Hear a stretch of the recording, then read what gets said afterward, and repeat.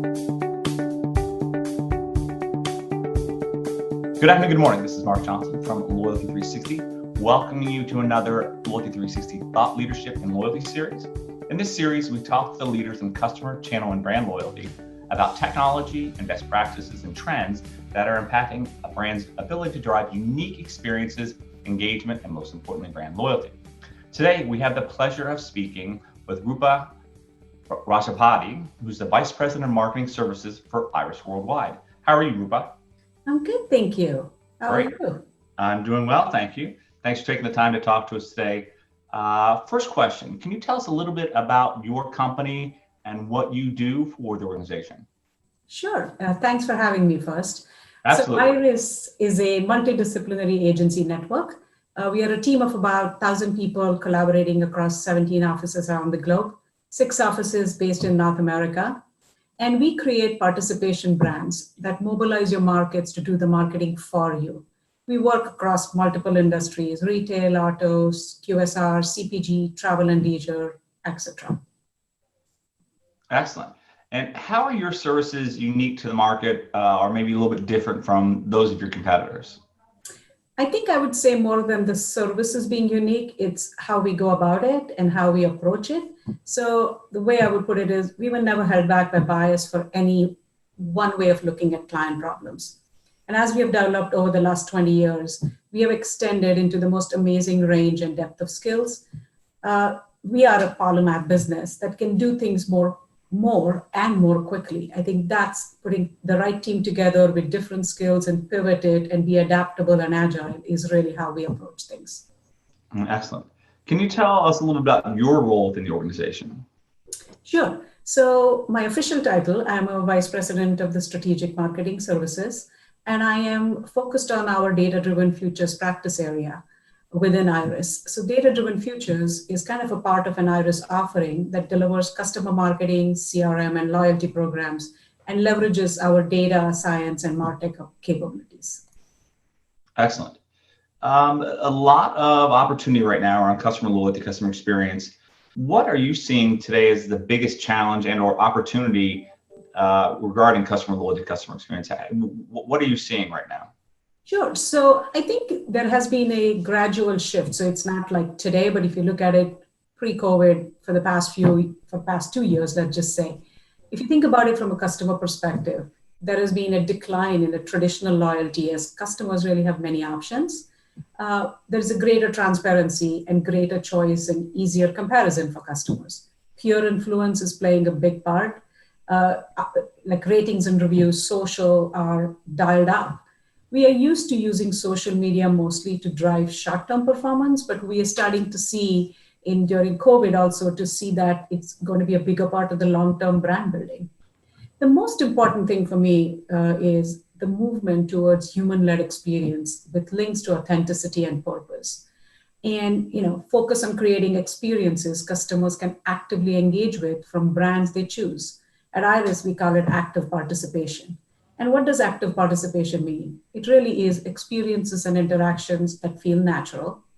People feel that they're a part of something, not party to something, where people are recognized, valued, and inspired to engage, and where every interaction creates a reaction, and which is a very important part, especially as a data-driven marketing. When we really focus on loyalty program design, we have an IP, we call it periodic table of benefits, which guides our design of loyalty programs, specifically the benefit structure. And we all know the best-in-class programs deliver really well, balance against recognition and rewards, emotional and rational part of it. But what really starts playing into what we have seen the trends shifting is the types of benefits. Everyone is used to instant rewards to drive memberships, points, whatever the currency is to kind of get incremental behavior. But a big part of the loyalty program equation that has kind of evolved over the last 2 years has been to ensure that there is a focus on participation that drives brand interactional and emotional connection. Examples of this could be community building, social sharing, co-creation. We kind of feel lots of brands are doing that, but it is done as an ad hoc. It needs to be a part of the bigger strategy. Let's flip the perspective and think of it from a company or an organization perspective. An increase in role of technology in supporting digital experiences. Technology-led human relationships is a big part. Increased personalization through greater omni-channel data, advanced analytics, machine learning, and an increase in orchestration platforms coordinating journey touchpoints. There is a lot of stats out there. A couple of them for you.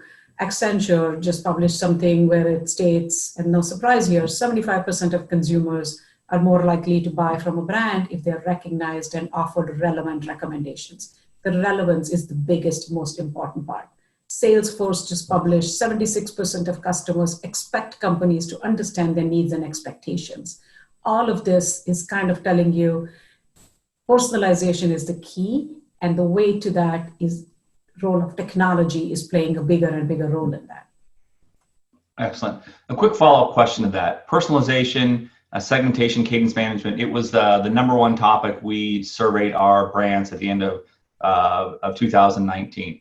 But a lot of marketers struggle with that. Make it simple, use the right data sets. There's a lot of complexity, and some technology providers want more and more complexity, because the more complexity you have, the harder it is to measure. You talked about first party, zero party data. What can brands do to really simplify their approach to personalization? It's going to be needed much more post-COVID than ever before. What do you do, or how do you help brands create that simplicity to enhance personalization? Because the brands that know their customers are going to be much more impactful going forward. Exactly. So there's two things. First, I think the first reaction when we talk personalization is people think technology is going to be the solution. The technology is not the solution. Technology is a key enabler to deliver personalization or identify different data points during the customer journey. So the way we look at it, I would suggest, is personalization needs to be kind of your baseline part of your foundation. It's not a separate initiative. You need to be relevant, timely, and consistent in your messaging to your customers. Take every point of interaction, and data can be your best friend or your worst enemy. Don't get caught in the data so much that you don't do anything about it, but use the data and learn from the data. Every time you use the data, what I say is doing is learning, and that's the best thing on personalization. Right. Do it, you learn, and then you adapt to it. Excellent. And how do you believe this crisis and the uncertainty will impact customer experience and customer loyalty going forward? So it's kind of interesting. Been thinking about that, and kind of feel over the last 2 years, there have been certain trends. And I don't think the trends are changing as much. It's more that COVID has become a big change accelerator. So things that could have taken another 5 years, with a blink of an eye, those things have shifted, and COVID has been the reason behind it. If you think about it, there are some key attributes of customer experience, which still stay the same. For example, let's just take convenience. Convenience is still very important, but the definition of what it means has changed. So convenience used to be, say, for a brick and mortar customer, easy in and out of store. Now it's more about contactless, digital experience. So the key attributes have stayed the same. How you pivot from them is really changed. Consumers are really adopting and intensifying behaviors, especially digital ones. Customers have reevaluated their attitudes, values, and beliefs overnight, going back to some more fundamental parts of the Maslow's hierarchy of needs. Customers have discovered and purchased from brands outside of their normal shopping habits. And, McKinsey just did a survey, and consumers largely intend to stick to the new brands, what they started shopping during the COVID. So that's something that brands need to take a note of as they're moving forward, that you have gained some new customers for some. How do you keep them and keep them engaged once we get out of COVID? And also the brands that actually have lost customers during this time or have paused their behavior, shopping with these brands, need to really think through how they're going to recapture these customers. It's literally a re-engagement strategy that's going to have to go into play. From a company or organization, overnight, the companies have had to pause, accentuate, replace parts of their touchpoint ecosystem while looking forward to the future, which is already here. Companies have needed to focus on getting online experience right, scalable, and those that actually got it right are looking to sustain it. Not easy. And if you just look at the digital ecosystem, Organizations really need to look at remodeling their frontline response. Maybe you don't have that many retail workers on the front line, but from customer service strategy, you could have them call fulfillment centers and helplines. So companies really need to make sure that they put care back into customer care. Being sensitive to anxieties, concerns, and needs of people is going to be critical. And the Right. distinction between kind of customer communication and customer service doesn't exist anymore. Consumers don't distinguish by channel or know about internal functions. They expect consistency. And during COVID, the whole isolation and the uncertainty is going to drive these things to the forefront. Absolutely. What are you hearing from your clients right now? What are they asking you for? We have a large and growing brand membership. There's a lot of uncertainty, right? Marketing budgets are slashed. They want to look at opportunities to create engagement. How do they do that in a measurable and meaningful way? What are some things we're seeing? What are you seeing right now, or what are you hearing from your clients during this time? Sure. So I think we are kind of still in the COVID period. That's how I look at it. People have started to reemerge from it.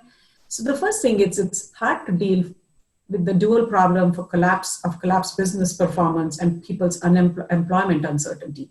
Companies had to really quickly stabilize the organization and be very sensitive to individual employees while they're coming up with the path of what's the best way to deal with this uncertainty. There is a level of discomfort with that uncertainty. The response to this is that everyone is learning, and the ability for companies to move fast as they learn the new normal and not being afraid to fail fast. Develop confidence that the customer will forgive a company that demonstratively and consistently cares. People actually do appreciate the trying. As long as learning follows, that's kind of is the key. This is where an agile approach with test and learn at the center is critical. Data will be the most important learning tool for companies as they navigate the new normal. And that, I think, is going to be kind of almost your North Star, looking at the data every time you're making a shift.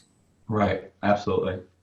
And how is Iris adjusting in order to keep up with some of this change and uncertainty? How are you as an organization, roadmap or product offering, or even just more empathy in your offering? How are you adjusting to this change and uncertainty? Sure. So we are deploying more dispersed teams and leveraging the power and breadth of our global network. This was already kind of in motion, but the crisis, just like in some other cases, has accelerated the process and in some ways actually made it easier for us. With everyone working remotely, it's been a great leveler and made it easier to put the right teams on the right project. We almost feel we have a wider, broader skill set that we can tap into. For example, in my data-driven area, it's now the norm for us in the last 2 months to have a blended team from our US and European offices working on some of our largest clients, bringing in new ways of thinking and some learnings and experience from each other really benefits our clients. And to enable this, we have continued to invest and innovate in our collaboration tools. The latest actually is an online whiteboard that is enabling us to interact and run productive client workshops. We are also supporting our clients with, we immediately kind of got into action and created what we called COVID first and now COVID comeback sprints to very quickly, normally within a couple of weeks, help clients diagnose their challenges and help them build plans to address those challenges and win back customers and prepare the business for the new normal. And this has been a huge kind of quick learning. You can put up teams together and, I have worked on a bunch of these with different, it's almost become just the time when you pick these workshops is something you need to think of, but with the virtual tools, everybody from everywhere can participate. Absolutely. Could you tell us a little about some of these new technologies? The online whiteboard, did you guys develop that yourself, or how are you leveraging some of these new technologies? No, actually, it's kind of funny. They say, right, in times of crisis, you learn new things and you find things that you never looked for. And this is one of them. We quickly identified, we used to do a lot of workshops for clients in general. Those were in person. And actually, they took a while to kind of get set because you have to get everyone's schedules and you have to make sure everyone could be in the same room at the same time. We quickly realized we needed to come up with something. So there is this online collaborating tool out there called Miro. We just use that. and it has been phenomenal. We started with a few people, and now a large population of our company can use it. So when I think about technologies at any time, and not any different in the disruptive times, we typically think of categorizing our technology usage in three areas. One is partners. These are like the marketing clouds that we are invested in and working with every day to create value for our clients. SaaS, Braze, Salesforce, Adobe, just to name a few. The second category is point solutions. Not every client needs a marketing cloud. And indeed, sometimes we have to navigate their legacy systems and help select and deploy point solution to deliver excellence in a specific channel. And at that time, instead of going for a whole marketing cloud system, we have leveraged ESPs like, for example, Quick Pivot, which fall into this category. And finally, we have bespoke solutions using our own tools that we deploy to prove concepts, pilot initiatives, or solve some quick problems for the clients. And so we think about it as a client's entire ecosystem, and we work with what they have in the ecosystem and then identify the gaps based on customer experience and loyalty initiatives, and then fill those gaps with one of these three categories of technologies. And of course, I can't forget, this is always supported by our data stack, which primarily uses R, Alteryx, and Tableau. That's awesome. Great. And the last question we have today is, what do you think is next for customer loyalty, customer experience? So to start with, more uncertainty and change. And with that, I mean, there was a lot of wisdom of customer behavior that we were leveraging. And in some ways, we have to still not forget about it, but not rely so much on it. There is an increasing trend towards active participation. It has been, it's going to be even more. People really need to feel they're a part of the brand. They trust the brand. That's where you're going to build relationships, and that's how you're going to kind of sustain those. Consistency, authenticity, and complete alignment between brand and experience, all while changing the proposition and experience. It is kind of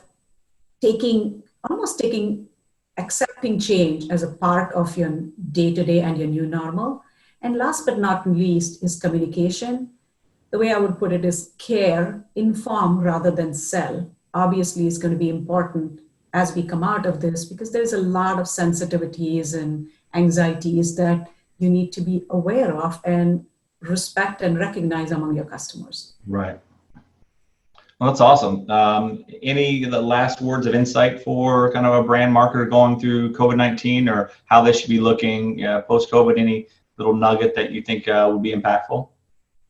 I think there are some kind of couple of things that I would feel that we have seen coming out of this, that for the second time in a generation, people have had to revisit the concept of economic insecurity. Affordability will be an important theme returning in both brand and experience. Right. COVID is making people revisit lifestyles, consumptions, and savings.